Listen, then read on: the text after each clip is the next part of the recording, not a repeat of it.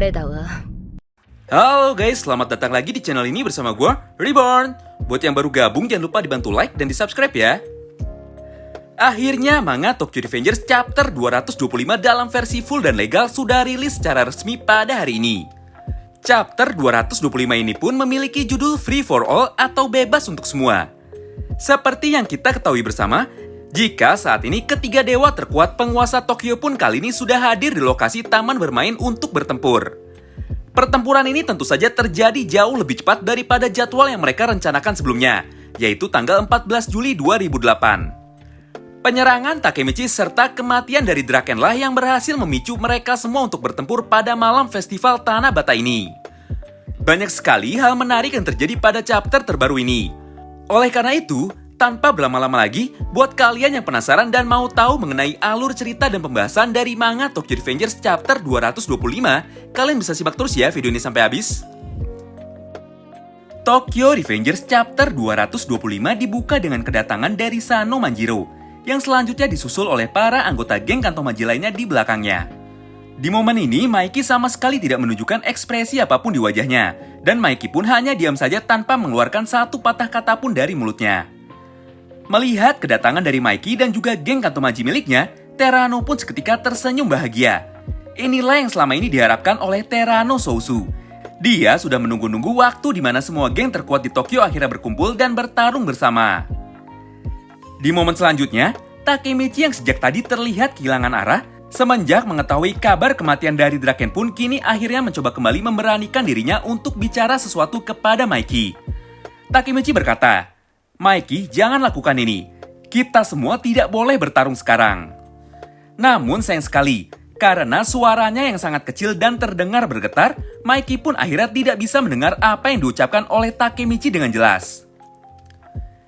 Tidak butuh waktu lama, ketika semua geng tersebut sudah tiba dan sudah siap untuk berperang, para jenderal perang atau petinggi dari ketiga geng tersebut pun akhirnya langsung mendeklarasikan dan memerintahkan semua anggotanya untuk pergi bertempur. Geng Brahman dipimpin oleh Akashi Takeomi, kemudian geng Rokuhara Tandai dipimpin oleh Terano Sousu, dan geng Kantomaji dipimpin oleh Haruchio Sanzu. Wow, menarik banget ya. Pada pertempuran antara ketiga geng penguasa terkuat di Tokyo ini, Maiki mempercayakan Sanzu untuk menjadi pemimpin dari seluruh pasukan geng Kantomaji. Dia pun memberi wewenang penuh kepada Sanzu untuk bertindak atau berbuat sesuka hatinya. Dengan satu teriakan keras dari para pemimpin mereka, seluruh pasukan dari ketiga geng tersebut pun langsung melakukan baku hantam di area parkir taman bermain ini. Dalam salah satu panel manganya, terlihat Takeomi yang sangat kesal sekali kepada Maiki dan geng Kantomaji miliknya. Kenapa Maiki harus ikut campur di saat seperti ini? Apalagi setelah tahu jika Draken telah mati. Dia pun terlihat menyalahkan Maiki karena sama sekali tidak berniat atau tidak tertarik untuk membalas dendam atas kematian sahabatnya sendiri, yaitu Draken. Berbeda dengan Takeomi yang sangat bersemangat dan bergairah dalam menjalani pertempuran besar ini, Senju justru bertingkah sebaliknya. Dia terus berteriak kepada seluruh anggota geng Brahman dan meminta mereka semua untuk berhenti dan tidak terprovokasi oleh geng Rokuhara Tandai. Senju menginginkan mereka semua untuk mundur dari pertarungan di malam festival Tanah Bata ini. Namun sayang sekali, nampaknya tidak ada satupun anggota geng Brahman yang mau mendengar perintah darinya. Saat ini mereka semua hanya bergerak atas perintah dari Akashi Takeomi saja. Di tengah ketegangan ini, Maiki pun hanya terlihat diam saja dan menyaksikan semuanya tanpa bergerak sedikit pun dari tempatnya berdiri. Melihat ini, Koko pun sempat bertanya kepada Maiki, apakah dirinya perlu ikut berperang juga membantu Sanzu. Mendengar ini, Maiki pun akhirnya menjawab Koko dengan tenang. Dirinya pun kemudian berkata kepada Kokonoi untuk tidak usah repot-repot turun tangan dan memintanya untuk diam saja, sambil menganalisa dulu jalannya pertarungan antara ketiga geng terkuat di Tokyo ini. Di momen selanjutnya, kini kembali terlihat Terano Sousu yang sedang berbicara kepada Kakucho dan juga Ran, Rindo, serta Mochizuku Kanji. Dengan cepat, Terano pun langsung membuat sebuah rencana baru dan memerintahkan para mantan anggota Tenjiku ini untuk fokus menekan dan menyerang geng Kantomaji. Sementara dirinya seorang diri akan berperang melawan para eksekutif dari geng Brahman. Karena memang sejak awal, Terano hanya mengincar dan berniat bertarung dengan para anggota geng Black Dragons generasi pertama saja. Scene pun kini kembali berpindah. Kali ini terlihat Akashi Takeomi yang sedang terpojok oleh para anggota dari geng Rokuhara Tandai. Dia pun berteriak dan meminta para anggota Brahman untuk fokus melawan geng Rokuhara Tandai daripada melawan geng Kantomaji. Sementara itu, Senju masih terlihat sangat putus asa dan terus berteriak tanpa henti. Dia meminta semua orang untuk tenang dulu dan menghentikan semua pertarungan di malam festival Tanah Bata ini. Melihat Senju yang sangat frustasi, Wakasa pun dengan cepat langsung datang menghampirinya. Wakasa mencoba mengendalikan suasana dan menenangkan Senju. Di momen ini Waka juga berkata sesuatu kepada Senju. Ada sesuatu yang janggal dari perang ini. Oleh karena itu, Wakasa pun melarang Senju untuk bergerak lebih jauh dan memintanya untuk tetap menjaga jarak dan tidak terlibat dalam perang ini.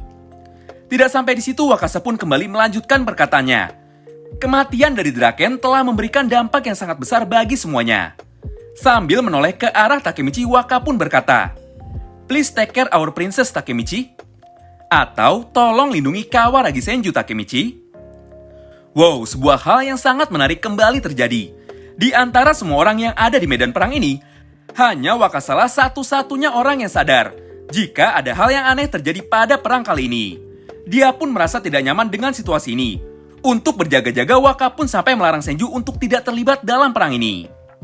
Setelah menitipkan Senju kepada Takemichi, Wakasa pun kemudian langsung kembali ke medan tempur untuk membantu yang lainnya. Di momen selanjutnya terlihat Akashi Takeyomi yang sedang dikepung dan dipegangi oleh para anggota geng Rokuhara Tandai lainnya. Dirinya pun kini sudah tidak bisa melawan lagi.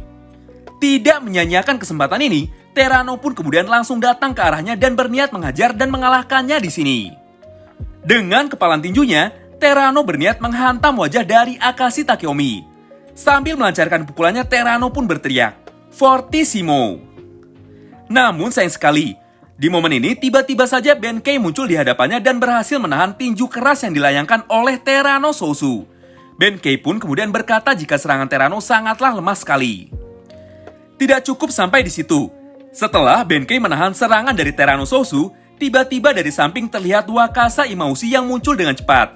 Dia pun langsung melayangkan tendangan berputarnya ke arah kepala Terano. Serangan ini pun berhasil membuat Terano Sousu terpental dan juga goyah. Tendangan ini adalah tendangan yang sama dengan serangan yang sebelumnya pernah digunakan oleh Kawaragi Senju.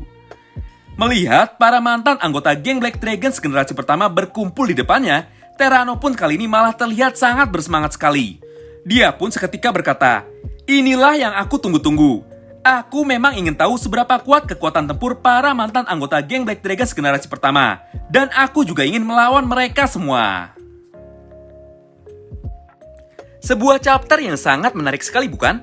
Setelah sekian lama kita diberikan chapter yang berisikan drama dan juga kisah tragis, akhirnya kini kita diberikan satu chapter penuh yang berisikan konflik atau adegan baku hantam. Banyak sekali kejadian yang tidak kita sangka-sangka terjadi pada chapter 225 ini. Mulai dari kemunculan para anggota geng Kantomaji lainnya, sampai dengan kemunculan Haru Jiosanzu di medan perang antara ketiga geng terkuat penguasa Tokyo ini. Ada beberapa hal menarik di sini. Yang pertama yaitu, Maiki ternyata mempercayakan urusan penyerangan atau pertarungan tersebut hanya kepada Sanzu seorang saja. Maiki pun bahkan sampai memberikan wewenang penuh kepada Sanzu untuk bisa berbuat sesuka hatinya dalam menghadapi geng Rokuhara Tandai dan juga geng Brahman sekaligus. Hal ini tentu saja membuat kami bertanya-tanya mengenai seberapa kuat sebenarnya kekuatan dari Haru Jiosanzu ini.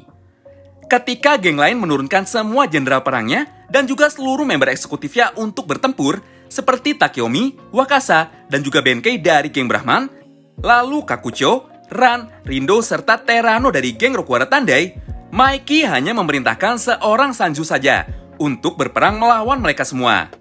Sementara dirinya sendiri dan Kokonoi hanya berdiam diri melihat semua pertarungan ini terjadi tanpa ada niat untuk bergerak dalam waktu dekat ini. Di salah satu momennya, Koko pun sebenarnya sempat bertanya kepada Maiki, apakah mereka berdua harus ikut terlibat dalam pertarungan ini. Namun Maiki hanya menjawab, jika saat ini mereka hanya perlu melihat dan menganalisa seluruh kejadian ini terlebih dahulu. Hal menarik selanjutnya yaitu mengenai ekspresi datar dan kosong yang sejak awal ditunjukkan oleh Sano Manjiro alias Maiki. Mulai dari dia datang ke taman hiburan ini, sampai dengan pertarungan besar ini terjadi, Maiki sama sekali tidak menunjukkan ekspresi apapun.